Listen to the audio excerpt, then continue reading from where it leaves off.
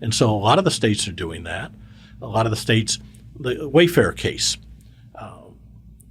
which allowed sales tax on internet purchases.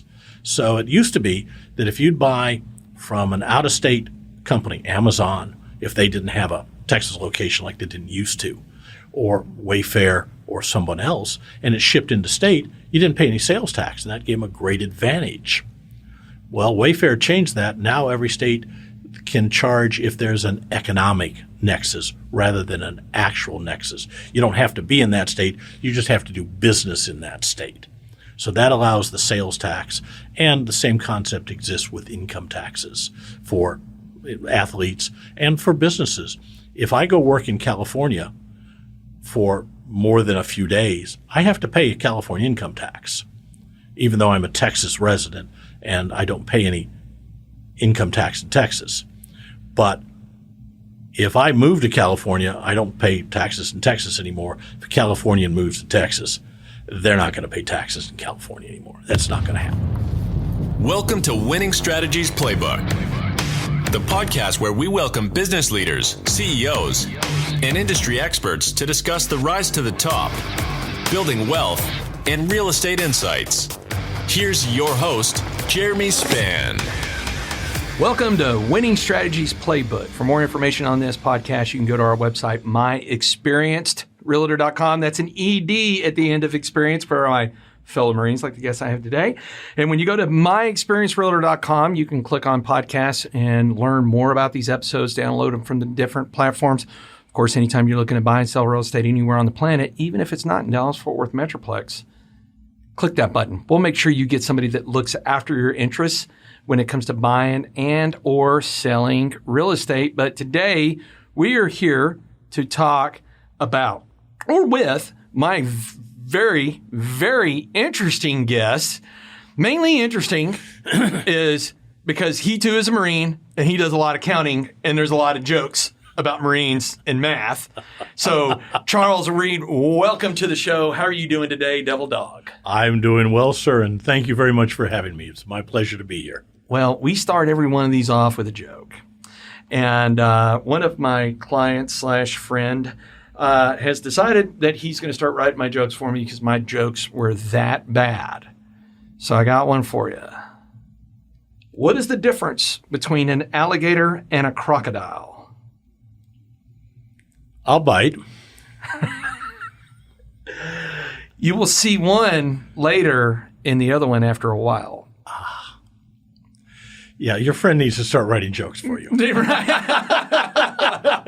one was actually his. So Dan Verbowski, also a Marine.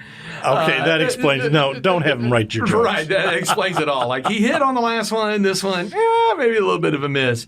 So Charles, let's kind of go back in time a little bit, give a little bit about your background, how you got to where you're at, and then let's dive into talking about some things that your company does, which I love the way you phrase this as insurance for payroll.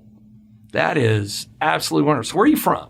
Well, I'm an Iowa boy. I grew up in the Midwest, graduated from high school, Central High School, Davenport, Iowa, 1966, skipped a year.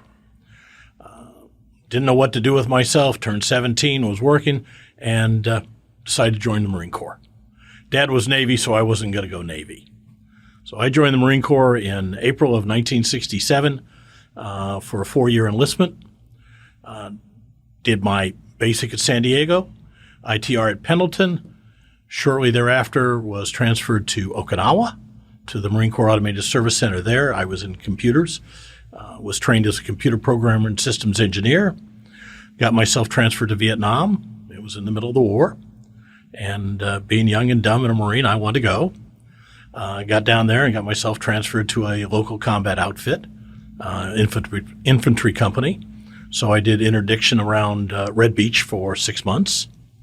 And then came back to the United States, was stationed in Kansas City at the Marine Corps Automated Service Center out on Bannister Road. Met and married my wife. She had 5 kids when I married her. I claim insanity. But we were married for 45 years before she passed. Tried to find a job in the civilian world, and though I had IBM training and was a systems engineer and they just didn't think that my military experience applied. So I finally decided I'd go get the credentials. Went to University of North Texas up in Denton. I had moved down here, got my bachelor's, my master's, sat for and passed my CPA exam while still in grad school. Went to work for Texas Instruments. Worked for major corporations for about 15 years. Realized I was never going to get to the top. I didn't have the political skills. I was unwilling to stab people in the back and toss them off the ladder. So at that point, to run a business, my father had his own business. Ruth and I started our own company. 30 years ago this month, 30 years ago this month we incorporated. So GetPayroll has been in existence from one form or another for over 30 years. So what drew you to payroll and CPA? I mean, I see how both of those are can be one and the same, but that just seems to be a very different trajectory from going from computers to accounting and payroll. Well, computers to accounting is not that big of a jump, I don't think. And in college, I started taking accounting courses, business courses, and I just fell in love with accounting and in love with tax. I'm sorry. Well, Whoa. Okay.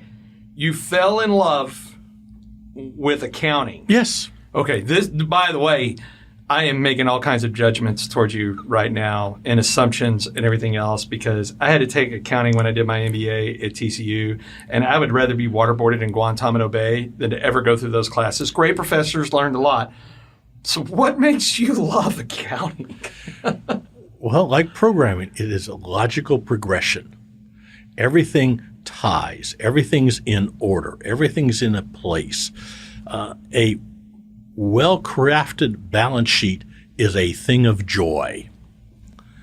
I don't think you've probably ever heard that before, but no, I 1,000% assure you I've never heard that ever phrased, especially coming from a Marine. So you love the accounting about it, the logical progression of things. Right.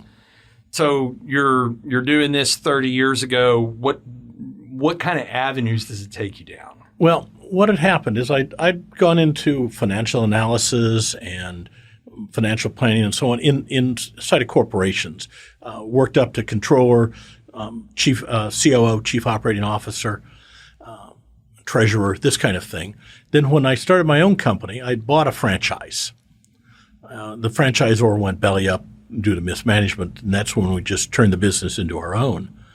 But it was accounting, it was mobile accounting, and it had a payroll service bureau as an integral part of the business because payroll is necessary for small businesses and it has to be done right. It causes a lot of them huge amounts of pain. So did that and did a lot of accounting, taxes, tax work for small businesses and their owners. And I liked the payroll side. So about 10 years ago, I sold off the accounting side to my then partner. He still offices in my building with me. And just concentrated on the payroll. I enjoy the employment taxes. I enjoy dealing with the business side. I'm not dealing with people's personal taxes. People get upset over that. There's all kinds of problems. They do stupid things. They want to do stupid things, and I have to talk them out of it, and on and on and on. And so payroll is much cleaner to me without the emotion and without the personal aspects that personal tax has. So I enjoy it more. It's just more unemotional. Coming from a Marine who has a lot of empathy, I'm sure that does not make sense one bit whatsoever, does it there, Charles? That's really fascinating. And so what would you say the biggest differences are from the methodologies of accounting to payroll? Does that question make sense? There's very little difference. It again is everything has to be done right. Everything has to be accounted for. Everything has to be in its place. All the deposits, all the reports, all the arithmetic has to be correct. We don't create balance sheets, but we deal with the IRS constantly, almost daily, because the IRS makes huge amounts of errors. And so our clients get tagged with penalties all the time that aren't valid, and we have to get them abated. So it's Did I just hear you say that the government can be ineffective? at times. Yes. Now, look, the IRS is 100,000 employees. And for the most part, they're nice people. They're mothers, fathers, brothers, sisters, sons, daughters, okay? They're people. And they do their job and they get paid for it, but they are civil servants. They are under budget. Some of the technology goes back to the 1960s. They have inadequate training because of budget. If you ask the commissioner, and I did, what are the 3 biggest problems that the IRS has? He'll go, number 1 is budget, number 2 is budget, and number 3 is budget. So they're always asking for more money. They are trying to get more efficient. They're using technology in some areas and getting better, but it's still 100,000 civil servants that at 5 o'clock they go home, or at 4. They are civil servants, and they don't have a profit motive. They don't have the drive of knowing that if you upset a customer, they'll go to the competition. There is no competition. They're the Internal Revenue Service, and they never forget that. Oh, yeah. Interesting is the IRS is a very powerful entity. Very much so. If you go back to the days of Al Capone, they didn't get him on the crimes; they got him on the taxes, right? Yep, absolutely.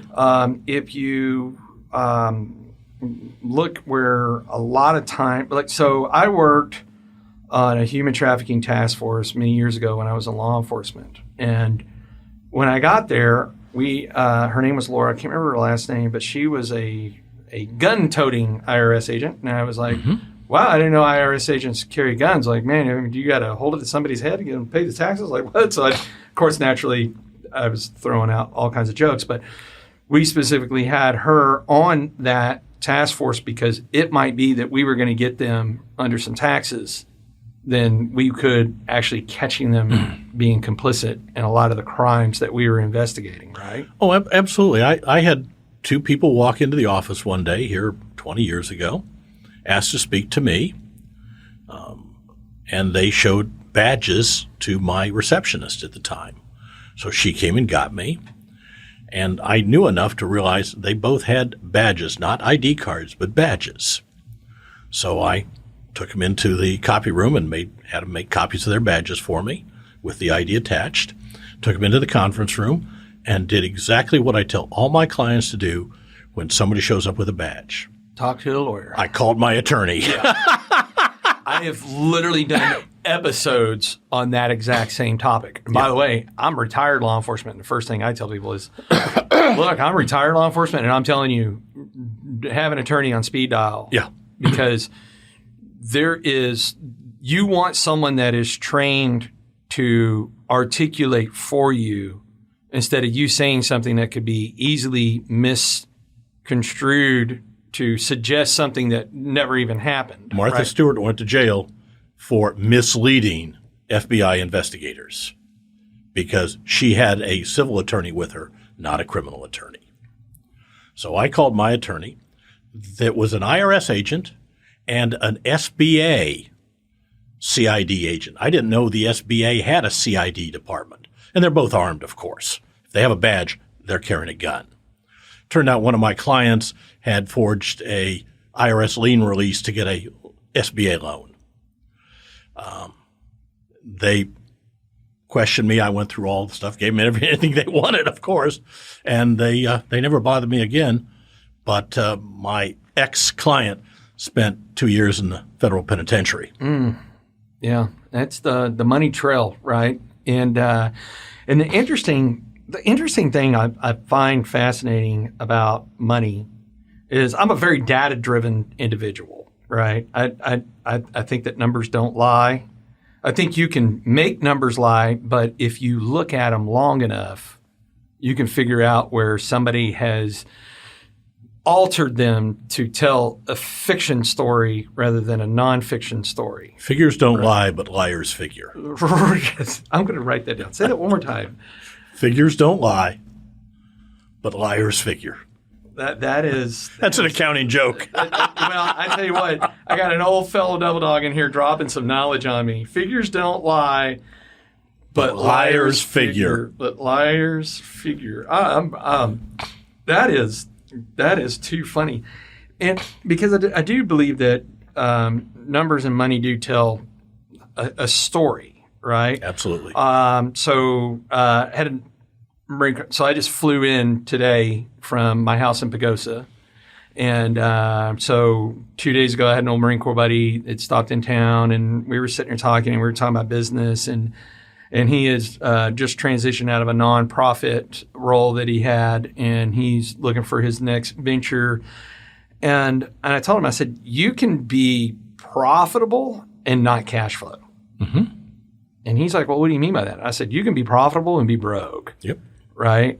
I said, so when you're really looking at businesses, you really want to see the cash flow, because it doesn't matter how much money you make and how much money goes out and that you're profitable. If you don't have any money at the end of the day that you actually get to put in your pocket, the business is just a profitable business that doesn't make any money. Right. Right. And so he and I got on this really interesting topic talking through it. And I said, so you can follow the numbers to find out. And you may come to one of a couple of conclusions. One, as it turns out, there isn't anything that you can do to alter in your cost of goods, especially right now with supply chains being absolutely insanely messed up and all over the place, that you just might as well shut the doors of the business because, yeah, it's paying everybody but you. It could be that you could alter some things because you find different suppliers or whatnot that allows you to create some margins. But then it could be that, as I've learned, as I went through 1, 2, 3, 4, now my fifth accounting firm that, of course, is before I met you, that I've been very pleased with, because the other previous 4 were just missing all kinds of things to sit there and go, hey, why is this being written off here and not here? And it wasn't because I was doing anything intentional. I mean, we don't know what we don't know. That's why I was paying a professional to educate us, because I didn't know and I didn't want to take the time to go. Like I said, I did 2 accounting classes in my MBA, and that was enough for me to go, this is why I will pay somebody to do this, because I have no desire whatsoever to want to do this myself. And to be able to go, hey, as it turns out, because of your accounting principles, that's the reason you are profitable but not making any cash flow, right? And so those are a lot of interesting concepts that when people go in and they want to, especially since you talked about, these small businesses and whatnot, is they go in there and be like, hey, I got a great product. All I got to do is sell the product for more than it cost me, and I'm going to make money, right? Charles, right? That's how that works, right? That's where you start.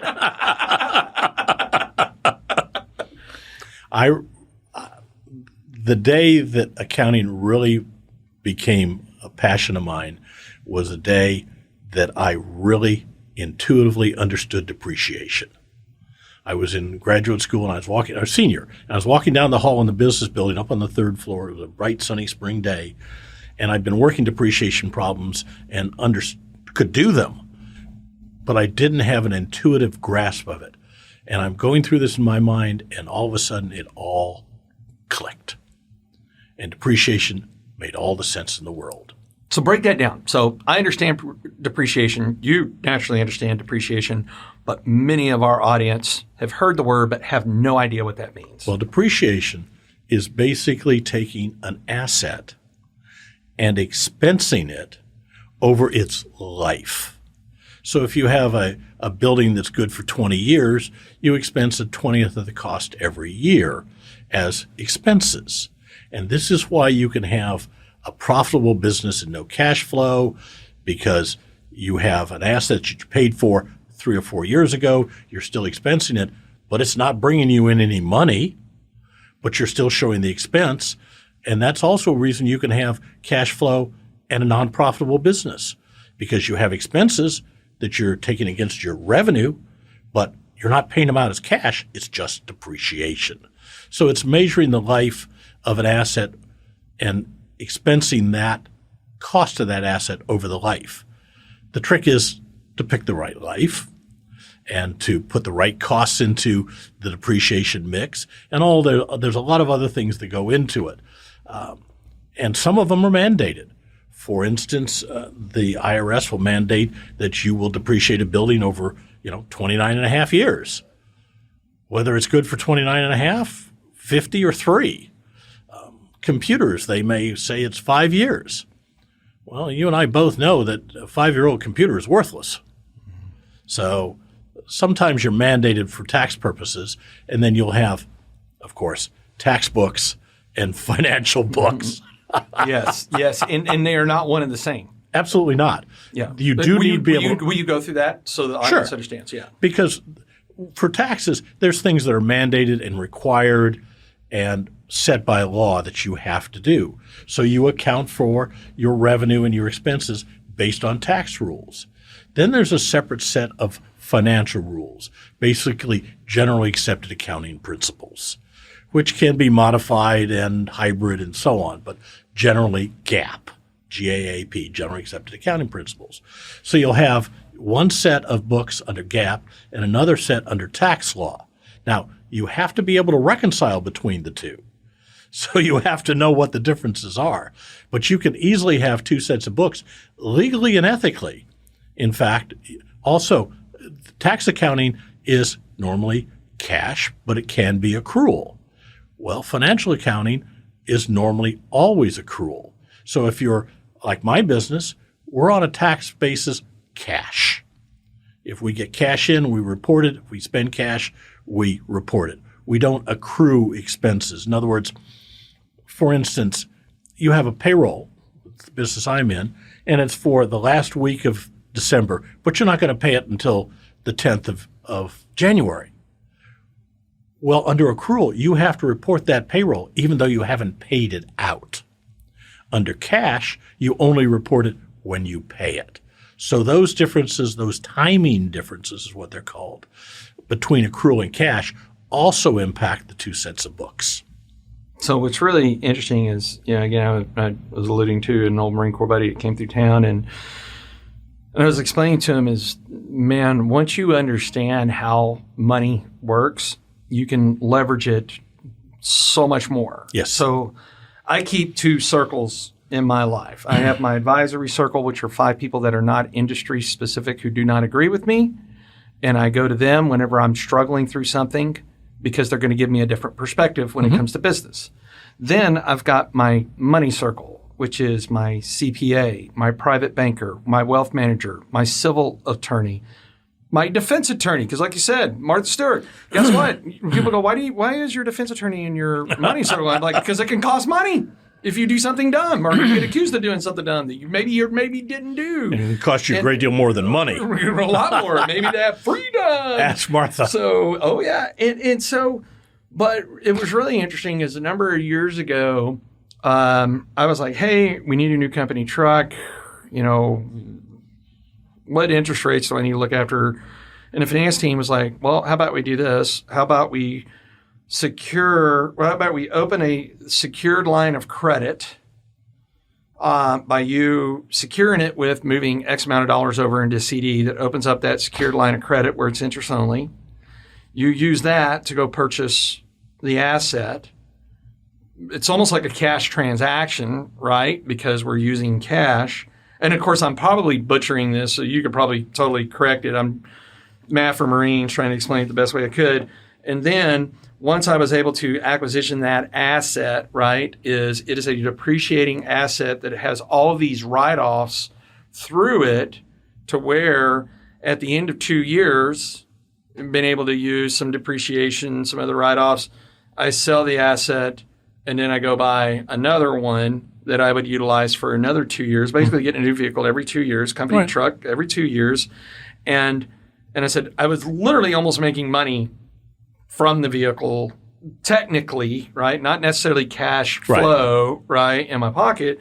And so I was explaining this to my Marine Corps buddy, and he was like, what, huh? And I said, yeah, that's why you get a good finance team that you surround yourself with that know how to take that and be able to accurately report it right? Because I know that I never want to be on the bad side of the IRS, right? I mean, that's the reason I have this team of folks, because look, when you get in the mode of making a lot of money, it's not a matter of if, but when your number gets pulled to get audited, right? Yep.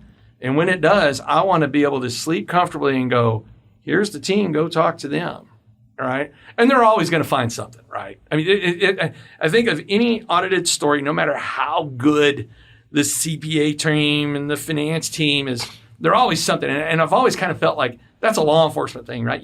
Even if it's hey, you owe us $100 because of this one little thing, it's them showing a win because they need to show a win, right? Yes, they need to show wins to their supervisor. That's, technically there is no quota. But if you're constantly turning in no change or refund audits after the selection process to get it to go to audit, your supervisor is going to probably wonder, how diligent you are in some of these things, because the IRS is out there to bring in revenue. That's their job. They are the revenue producer for the federal government. That's their job. So they're not interested in giving money away. They're interested in collecting money. Yeah, I recently found out that a very good friend of mine from college, I hadn't spoken with him in a number of years, and super incredibly smart guy. I mean, guy was more smart than any human should be. And school bored him, right? So I think when we were sophomores in college, he was like, hey, I remember pulling up my driveway and he was like, yeah, I think I'm going to move to Colorado. And I said, when? And he goes, well, right now I got everything loaded. And I said, well, when did you decide that? And he goes, not this morning. So then he went to Colorado, played around in Colorado, ended up finishing his degree, ended up getting the CPA graduate degree, then going to law school, and then he was practicing tax law. And then when I pinged him a year ago, I found out, I was like, hey man, I got a friend that needs some like tax legal stuff. Give me a good excuse to reach out to you. Do you want me to get you connected or what? And he was like, well, you probably don't want to do that. And I said, why? And he goes, well, because I'm a special agent with the federal government doing IRS stuff now. And I was like, and I went, no shit. And I'll leave him nameless, but I was like, oh, you intentionally left me out of your background investigation. And he goes, yeah, but I'm really good at what I do. but it's funny because they are there to do a job, right? Absolutely. I mean, just like, there's a lot of law enforcement bashing that's been going on for the last year and a half. And it's like, look, yeah, you got a few bad apples, but guess what? They're there to do a job. They're there to protect you, but they're also there that if you commit a crime, you're going to go to jail. Right. The IRS is not out there to get you. The IRS is out there to collect all the revenue that you should be paying, all the taxes you should be paying. Now, there's sometimes that there's disagreement on what the law actually says. They have one position and a taxpayer may have another. And these are legitimate disagreements. And it requires a judge at some level in the court to make that final determination of whether that is correct from the IRS point of view or from the taxpayer point of view. That's why I became a U.S. tax court practitioner, is so I could take cases to the tax court for my clients and get a ruling. And we've been very successful in our tax court cases.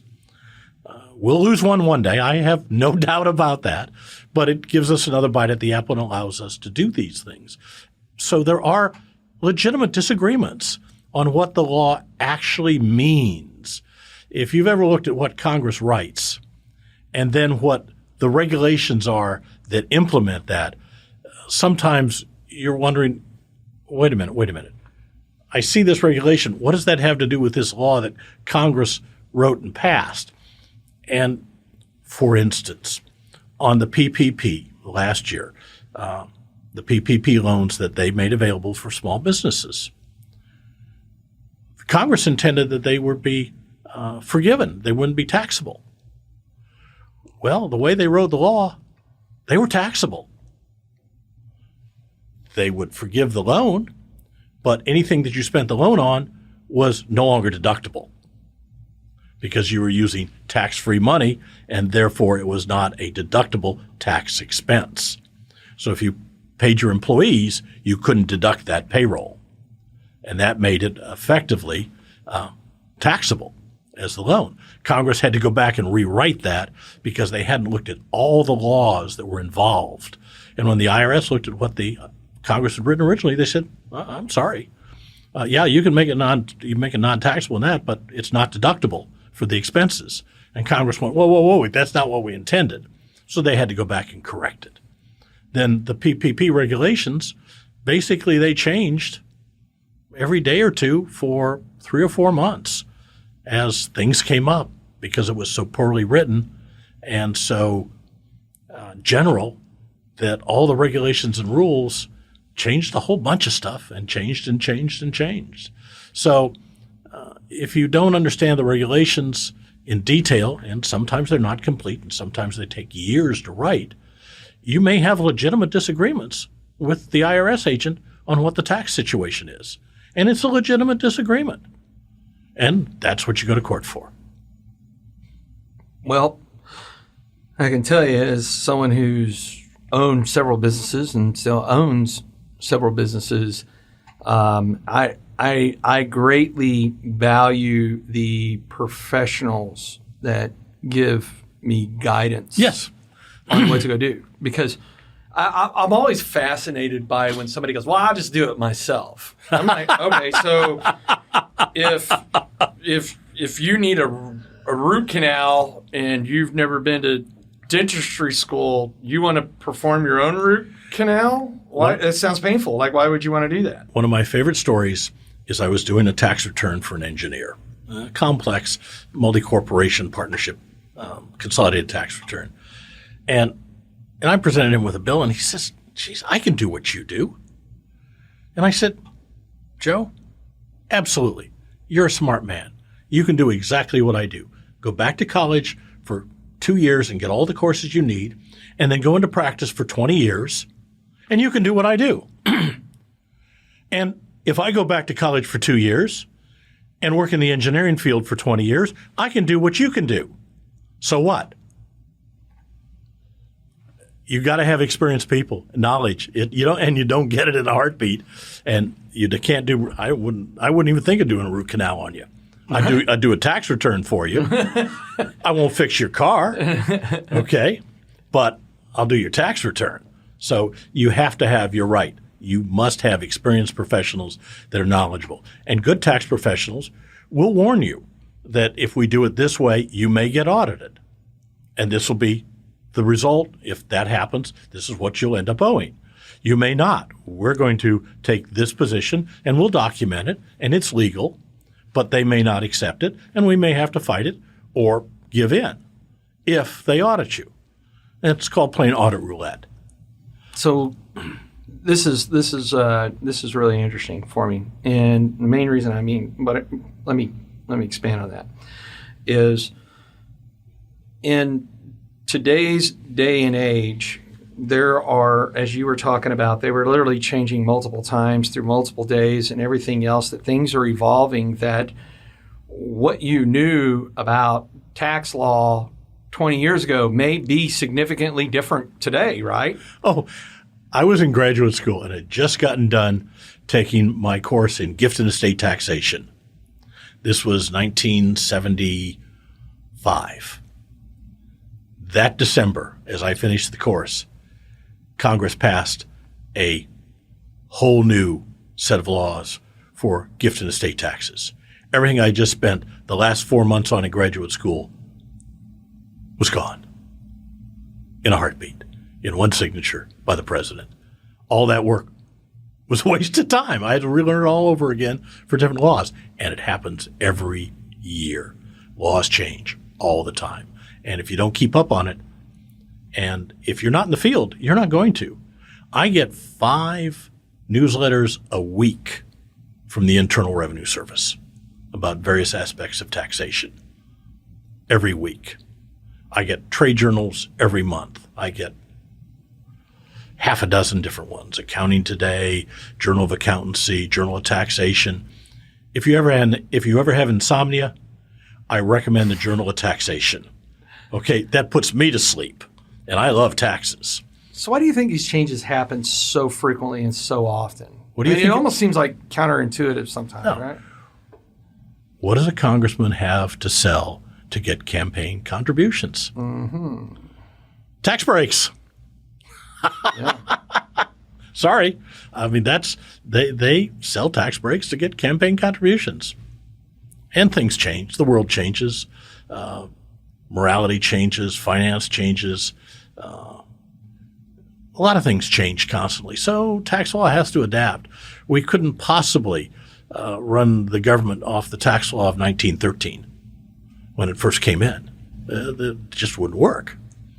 And the other thing is, when Congress passes a law, they've got 535 members of Congress that voted on this, and they have a few thousand staff people that worked on these complex tax bills. After they pass it, you have several 100,000 very smart, very educated, very experienced professionals figuring out how to get around it. So all of us CPAs, tax attorneys, we immediately go to work figuring out, where are the loopholes? And the moment we find them, we start to exploit them and spread it around and tell our friends and write up articles on it to get published, to get our name out there and this kind of thing. So when that happens, Congress has to go back and start plugging loopholes. The laws change again. And if the loopholes get too overwhelming, they just change the whole law and start over. So in your opinion, doing this for many years, because I'm sure this experience was a very easy journy, and I'm sure it was just gifted to you overnight, right? Absolutely. I mean, it wasn't painful at all, right? I mean, it was just easy breezy, right? I'll tell you, it's not like combat. I promise you that. Although sometimes it might have been easier when people try to kill you than deal with the IRS. There's days, yeah. So, and I bring this up from a very ignorant standpoint, I remember years ago, and I'm trying to remember how long ago it was, and I'm sure this has come up several times and probably still does, is moving to a sales tax and away from an income tax kind of thing. Mm-hmm. It's like, and I've heard the different arguments and all this, our tax stuff works, our tax stuff doesn't work, our last president where people were like, well, where's his taxes or so forth is our tax system that we have as good as it gets, or is there something that we can do different that is more beneficial for income producing for the government versus what we currently have in the system that we have? A flat tax or a sales tax would be far more easy to regulate. I mean, it's very simple. Sales tax would be very simple. It's already set up. Everybody already charges sales tax. But Congress does social engineering through taxes. Do you think they're going to give that up? Do you think they're going to give up the ability to control your life? Make things difficult? Remember when they put taxes on luxury boats and drove all the U.S. luxury boat manufacturers out of business? That was social engineering. They thought people that could afford luxury boats should pay more. Okay? So they put a tax on them. Cigarettes, huge tax on cigarettes, huge tax on alcohol, tariffs on imported shoes, all these things, all these taxes are a way for the Congress and politicians to social engineer the American way of life. They're not going to give that up. That's their power. They're not going to give up social engineering. They like to do it. They like to be in charge. They wouldn't be in Congress if they didn't. They like to tell people how to live. That's why they go to Congress, so they can lord it over you and be the elite lawmakers. They're not going to give that up. So dreams of a flat tax or a fair tax or a sales tax are simply that, dreams. Congress is never, ever, ever going to give up that power.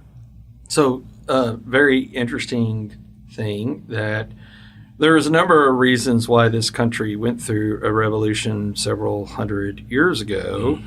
But one of the ones that rings out is taxation without representation. Oh, happens to us all. Right?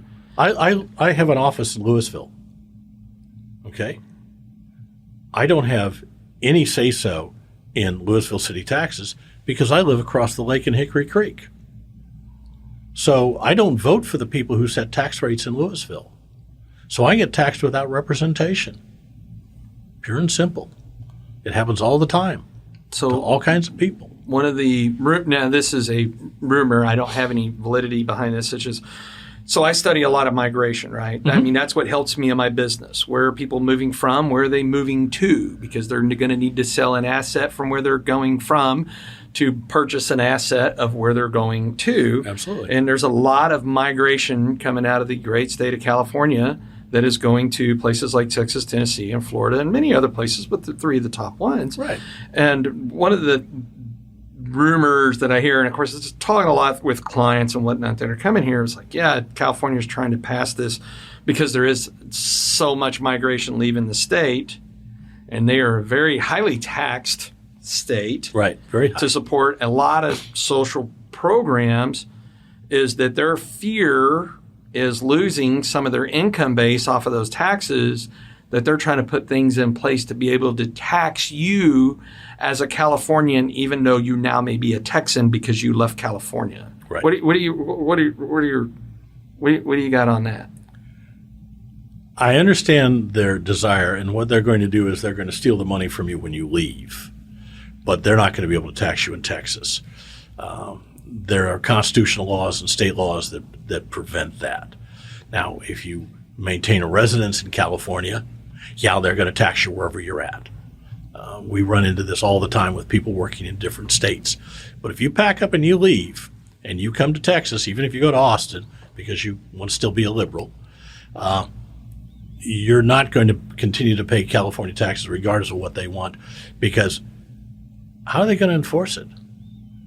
Are they going to send a California revenue agent to Austin, Texas to seize your property? Good luck on that. I think the Texas Rangers would have a real hard time with that. This is Texas, baby. Plus, in all probability, that even if they're semi-liberal, if they've taken on the Texas culture, they're armed. And, you go and you try to break into their house to steal their property, they'll shoot you, and the local sheriff will be glad to have the body hauled away. Well, I mean, that's why we joke why we're not really concerned with terrorists coming to Texas, because we have rednecks, 12 gauges, and Budweiser, right? And, Absolutely. Now, this does bring up an interesting question, though, is the world was changing long before the pandemic. Mm-hmm. But then after the pandemic, the world really changed. This thing called Zoom, working remotely. You no longer have to sit in a brick and mortar Louisville location. You could actually do that this week in Colorado, and then next week in California, and then next week in New York. What do you feel will come out of that, as far as some of these states going, hey, wait a minute, if you're going to sit in our state and work for a week, we want ours? If you're a Dallas Cowboy and you go play in New York, you pay income taxes for that income for that game. For that 3 hours. So that already exists. Now, it normally doesn't happen to low-end people. They did it with the athletes because they're talking huge sums of money. You're paying a football player $12 million, or $16 million. That game is worth $1 million in income to them. So you get to tax that in New York for state income taxes. And, of course, now if you live in a state that has state income taxes, you get taxed in both places, but you get a credit against the higher one for the lower one. But, of course, if New York taxes you have no Texas tax to offset that, so New York just gets everything, which is too bad. But that's the law, and they're able to get away with that. And so a lot of the states are doing that.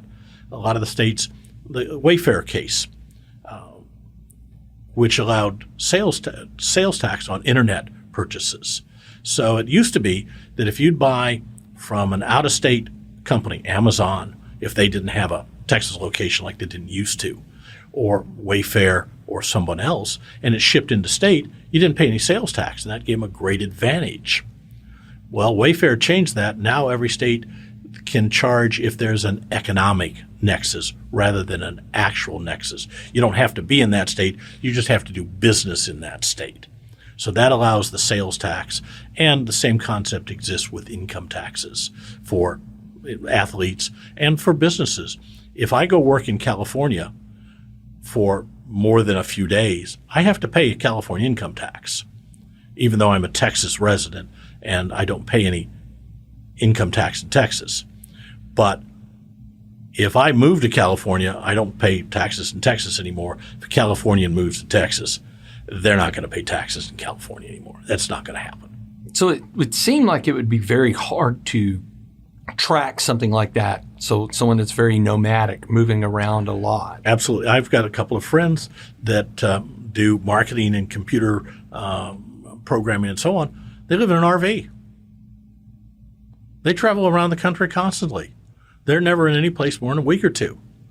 But they maintain a post office residence in Texas, so they don't pay any state income taxes. Technically, if they're in New York for a week, they ought to file a New York return and an Oklahoma return, an Arkansas return, every other state that they stop in and do work in. The money they earn in that state that day, they should be paying income tax on it in that state. They don't. And they're too small to worry about for the various states. It's not worth their effort.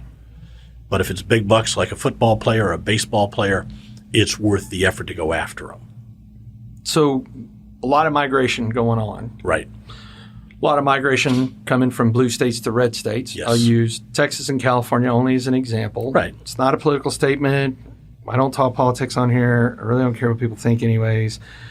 Is you have folks that are moving to Texas because it's more affordable to live in Texas, but then they start voting for the same things that cause them to leave a state where it was high tax. Yes. Right. They bring their bias with them. Yes. Right. So do you see Texas at some point in the future moving to an income tax like a lot of these states have? There's a lot of push for that, but it is in the Texas Constitution, and it would require a constitutional amendment in Texas, a Texas constitutional amendment, to implement a income tax in Texas. That means more than half of the voters that vote in that election are going to have to vote for an income tax. I don't see that happening. I may be wrong. I've been wrong before. Yeah. But, I didn't call the last election. So I've been wrong before. But I don't see that happening in Texas anytime soon. If the state becomes liberal enough, sure, they can impose an income tax. But I don't expect it to happen in my lifetime, for sure. A lot of these conservative Texans will own beachfront property in California at that point. Might as well. Right? I mean, if the state of California went red instead of blue and reduced the tax, that's the funny thing is people, I believe, move, money tells all, yep. Right? And so, I was literally making this joke. So when I got off the plane, I went straight to get my hair cleaned up because I've been up in the mountains for a couple weeks, and I was joking around with the guy that cuts my hair as I said, everybody wants, conservatives want to be a staunch anti-immigration until it affects their wallet because they can't get anybody to come to work. Right. Yes. And then people like to vote with passion until it affects them financially. Well, right? Financially is passion.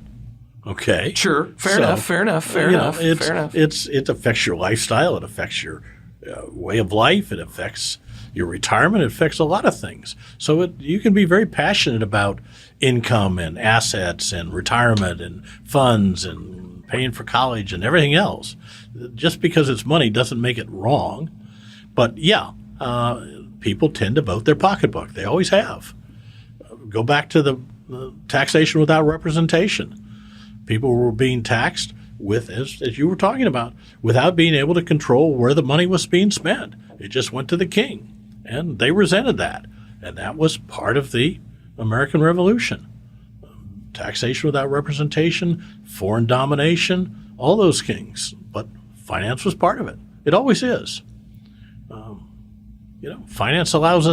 allows us to eat, allows us to have a house, clothes, a car, fly an airplane, have a business, all these things. So it's integral to ourselves. I mean, we're not cavemen living in a cave, growing a few crops that we hoe with a stick and killing the local animals to eat. You don't need money then.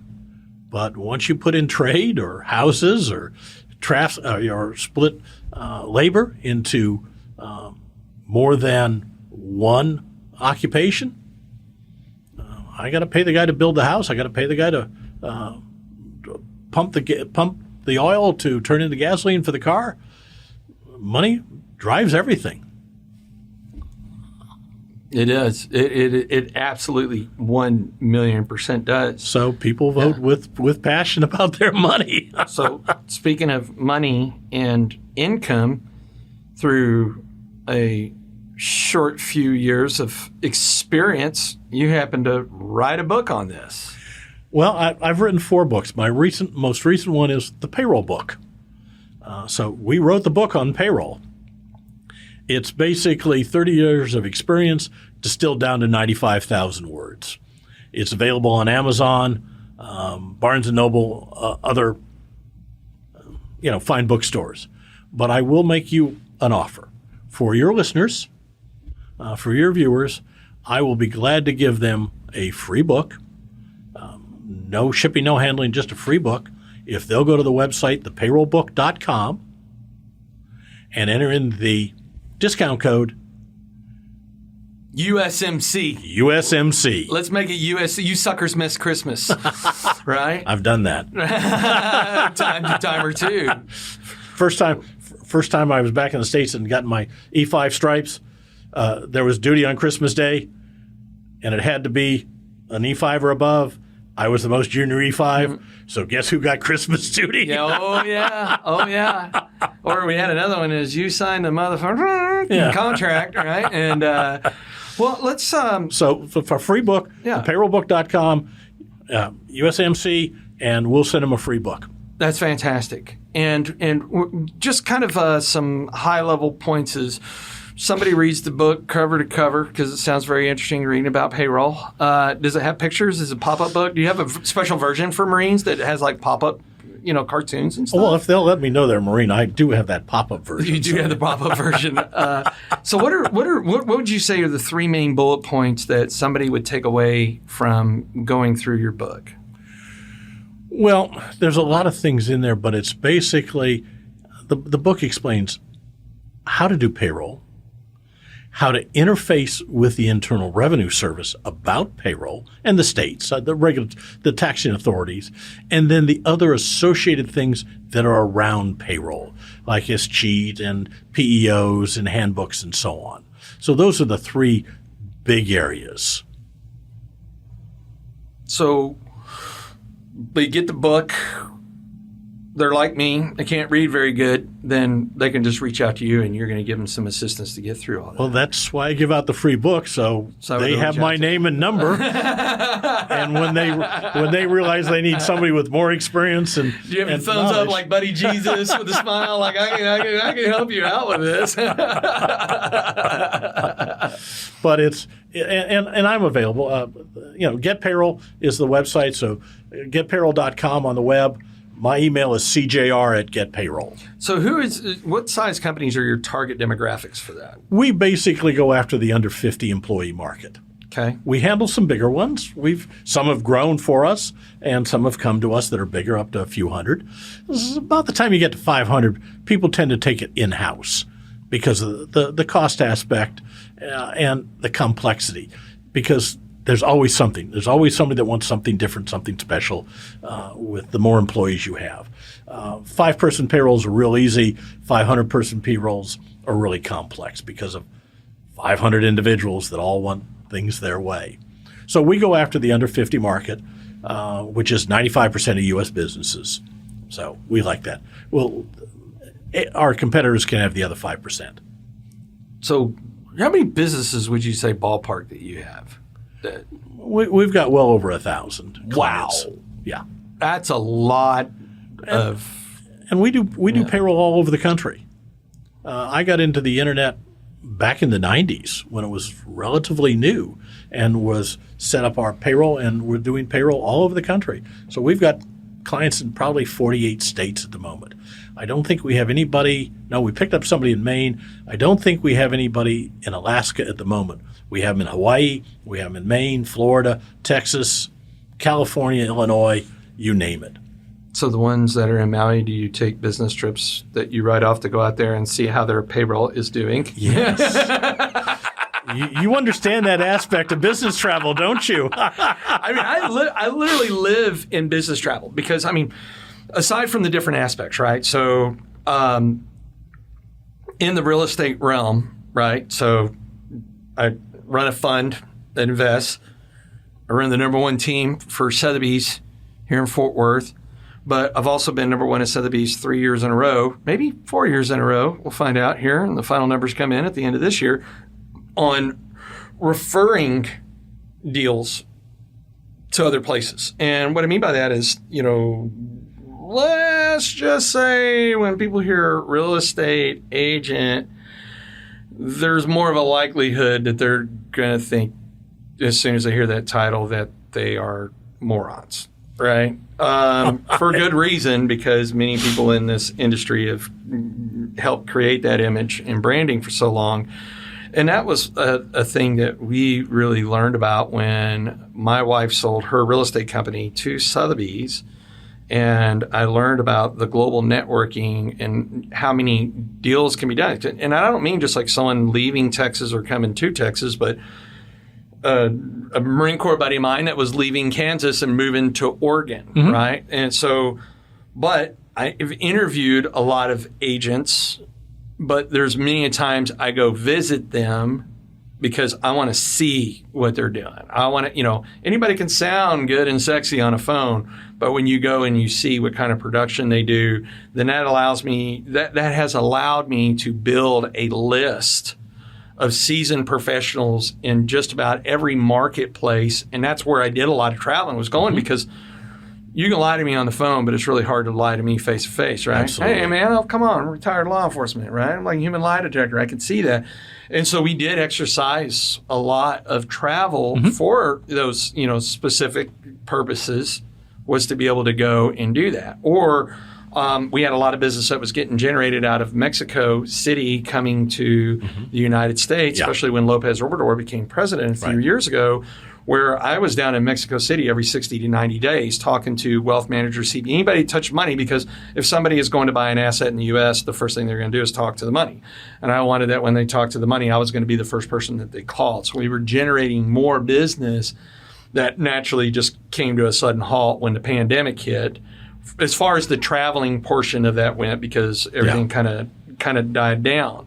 Or even when I have clients that, man, they want my expertise, right? So I had one client that was like, hey, I'm thinking about buying a condo as an investment property in Cabo. Will you go with me? And I was like, threaten me with a good time, right? Let's go, right? And we went down there, met with some seasoned professionals I knew down there, and were able to show him. And actually, he was this close to buying one, except for 2 weeks later, the entire planet shut down, right? Yeah. And so yes, so it doesn't suck that those are the perks of when you have to do things. Like I always fly first class. And people go, how do you afford to do it? I'm like, how do you afford not to? Because for every 2 to 3 flights I'm on, the person sitting next to me, people naturally get a little interested when they hear real estate.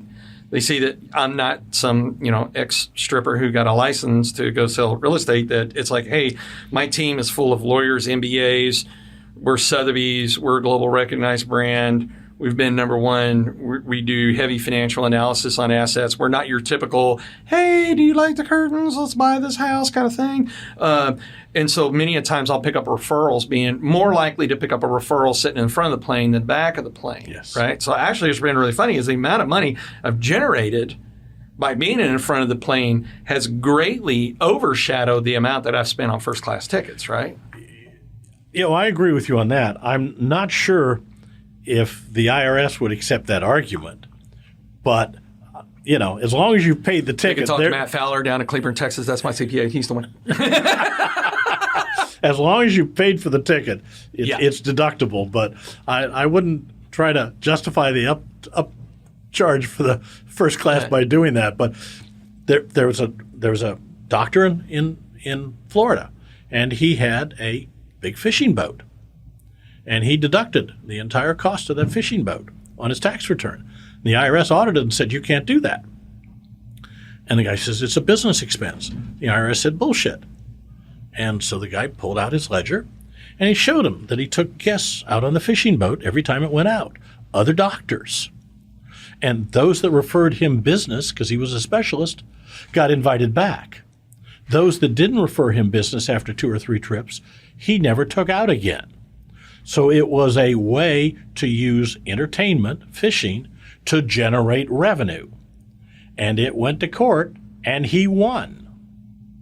So there's some ways and sometimes you can take and make these things work from a tax point of view as you do from a revenue point of view with first class. So absolutely. I mean, everything from a third base coach of a major baseball team whose son was going to school at a university in Texas and said, I've been thinking about buying a house, and I might as well have a mortgage rather than what he's paying in rent. Exactly. Or somebody that was a very known author that was sitting next to me. It was like, hey, I'm getting ready to sell my house in XYZ.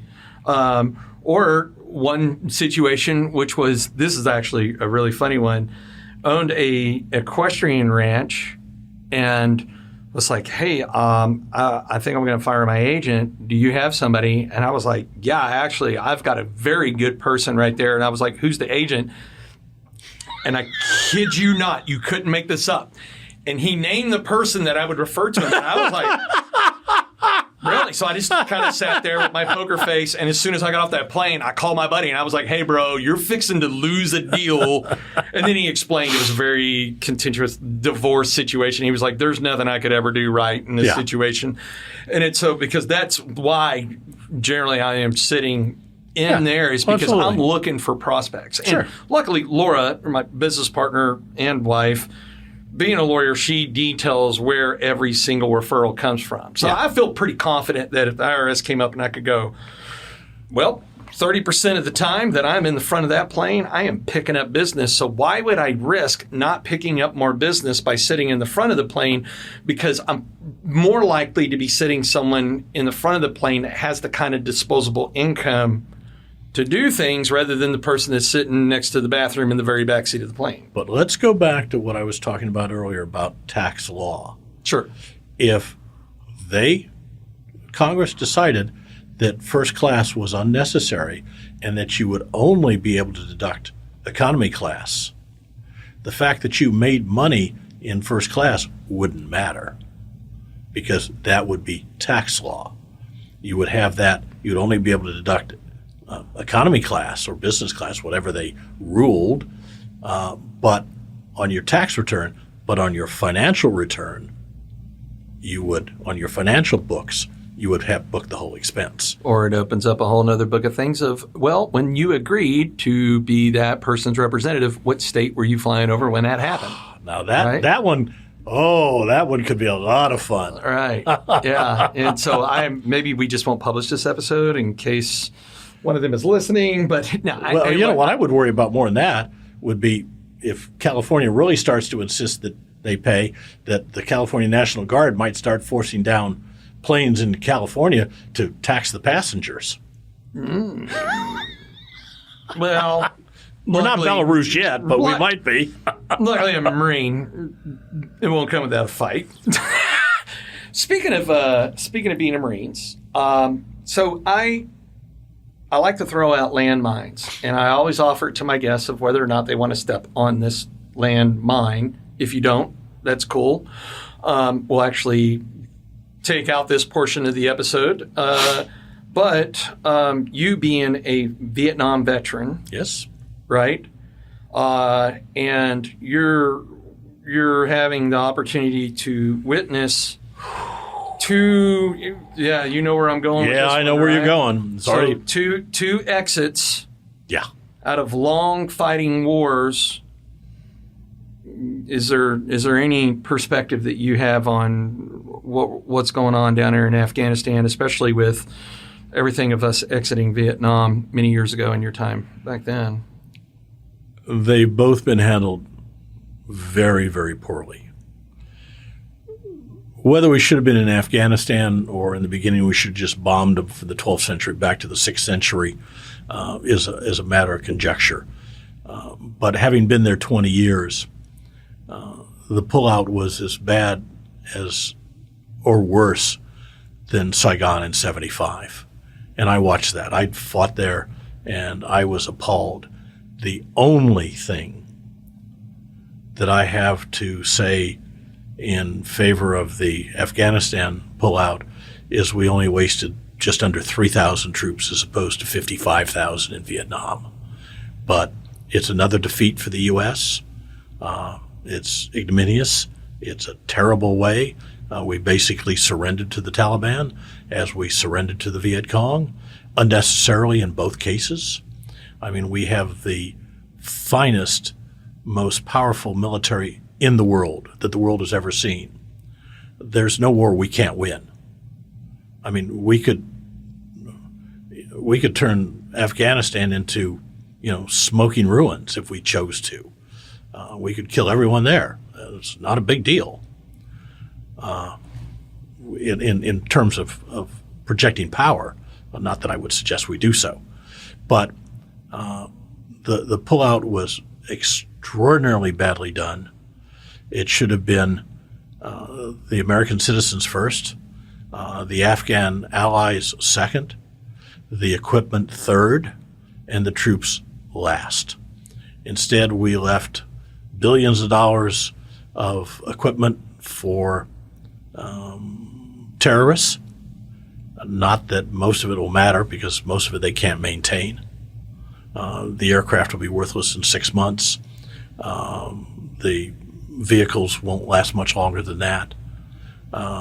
Basically, what will be left after a few years is rifles and pistols. That's all that will survive. And a lot of those won't survive their usage. That's why they use AK-47s because, man, you can run that thing through the mud and it'll still fire. You do that with an M4, an M16, or even an M14, you're going to have to clean and take care of it. It just won't hold up to the abuse that tribal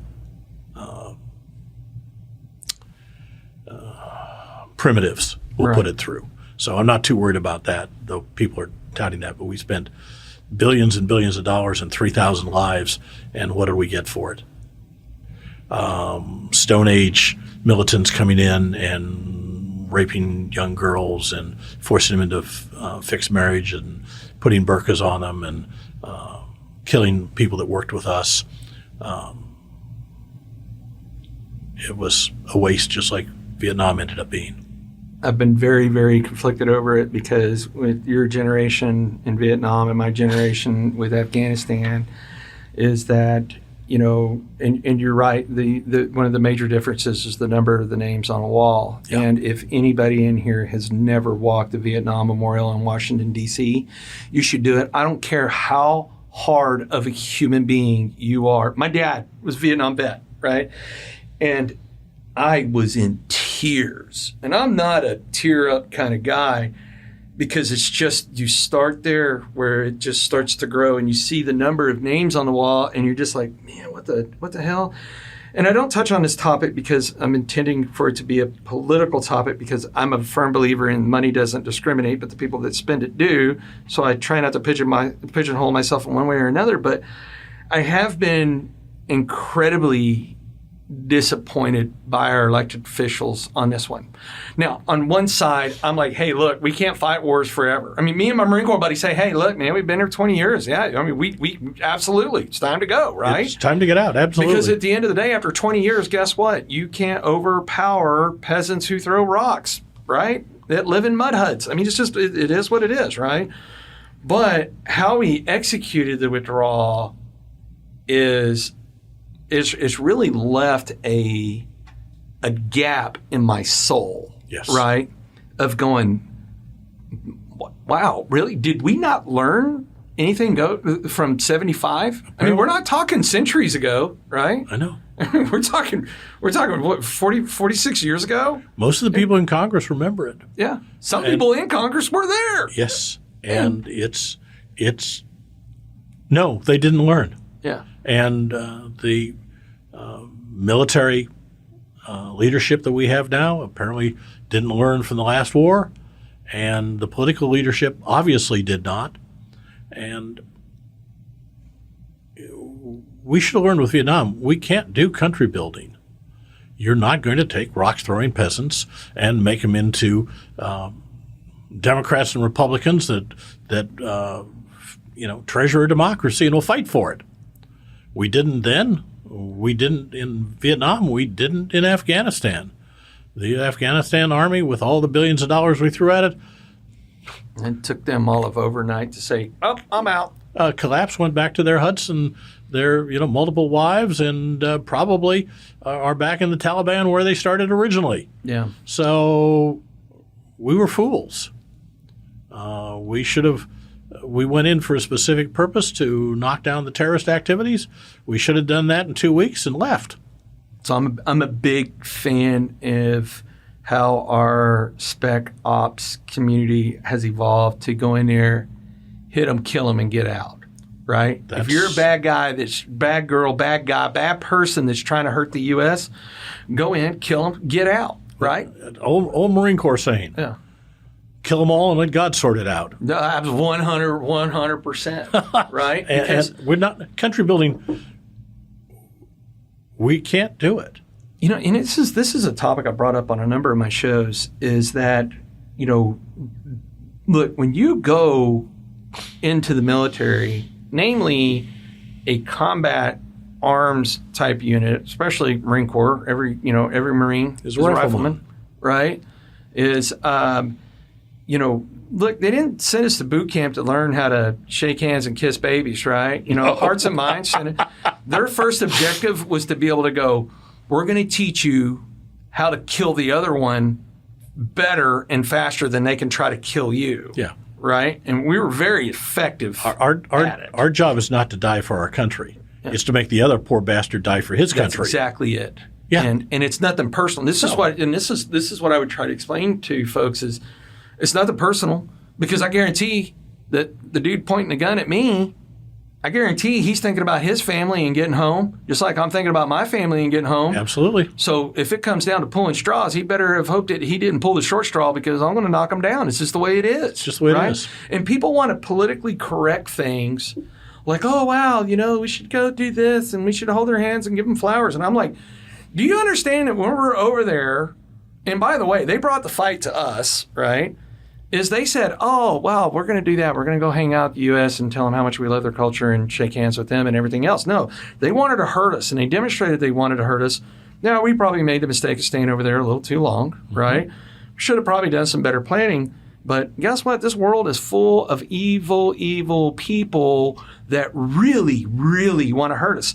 And by the way, when you're sitting there going, oh, we should just give them a flower, do you think that they're going to look at me and look at you as to giving them the flower and go, well, we'll let the flower one go? No, they're going to kill the one with the flower first, because that's the easier target. Yep. And people live in this fallacy of this world.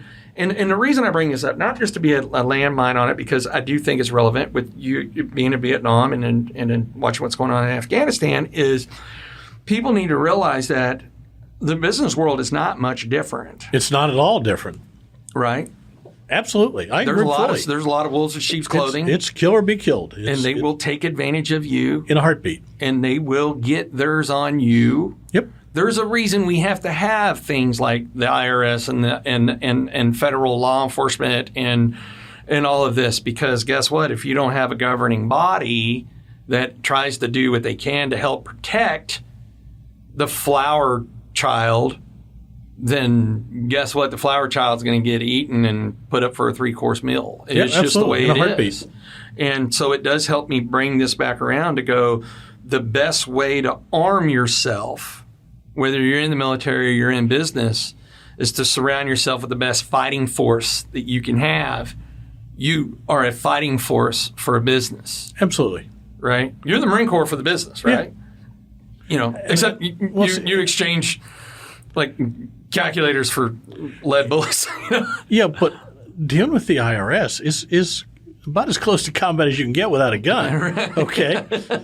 They're out to take your money and if need be, put you in jail. Yeah. Okay? And I'm out there to make sure that doesn't happen. So that's why we're compliance experts. That's why we're insurance for your payroll. We protect our clients. We advocate for them. For every client, we take a Form 2848, a limited power of attorney, which gives me the absolute right to advocate for my clients with the IRS as if I am them. Because I tell my clients, don't talk to the IRS.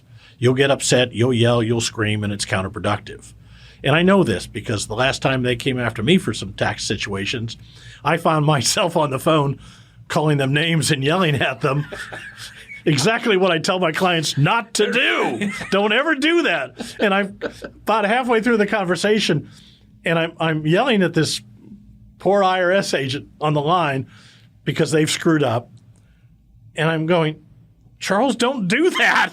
But I can't stop myself because it's my money they're trying to steal from me. Oh yeah, no, I get it, and I don't shortlist this from seeing how you converted what you learned how to do in the Marine Corps to essentially do the same thing in the business world, right? You just changed the type of uniform you were wearing. Yeah. Right? You went from Marine Corps green to blue blazer and a white button-up shirt to be able to deliver the same value and the same service for your clients. But it's training and experience. If you want to go into combat, you prefer to have a couple of old grizzled gunnery sergeants that have been at it for 15 or 20 years that know all the tricks. You want them telling you. You listen to the first sergeant. You're a new private out there. You listen to the first sergeant when he tells you because he's been there. He's done it. He survived it. Not the Lance Corporal that goes, "Hey, watch this." Famous last words. Watch this. I'm also a pilot. That's the last thing I ever want to hear from a pilot is watch this. No, get away from me. Get away from me. So, Charles, I like to wrap every one of these up by saying, hey, look, if we had a time machine that we could go back and talk to 20-year-old self, not that 20-year-old self would listen, but if we knew that 20-year-old self would listen to one nugget of advice. Now, there's an encyclopedia of a million things we'd want to tell 20-year-old self. What is the one thing that you would tell 20-year-old Charles if you could turn back the hands of time? Invest. Don't spend it on beer and women and cigarettes. I used to smoke and drink. Take a little bit and invest. Whether it be in the market or in real estate or whatever, start doing it when you're 20. And I'd be living on the Riviera now if I'd done that, okay? I'd be a very rich man. So that's what I would tell my 20-year-old self is compound interest is the most wonderful and powerful thing in the world, and utilize it. Yeah. Man, boy, I tell you, when you talk about all the booze and everything else, I mean, I could probably be a retired gajillionaire. Might even be worth more than Elon Musk with the amount that, as Marines, we've spent on alcohol and fun. Oh, right? yeah, or absolutely. learning opportunities.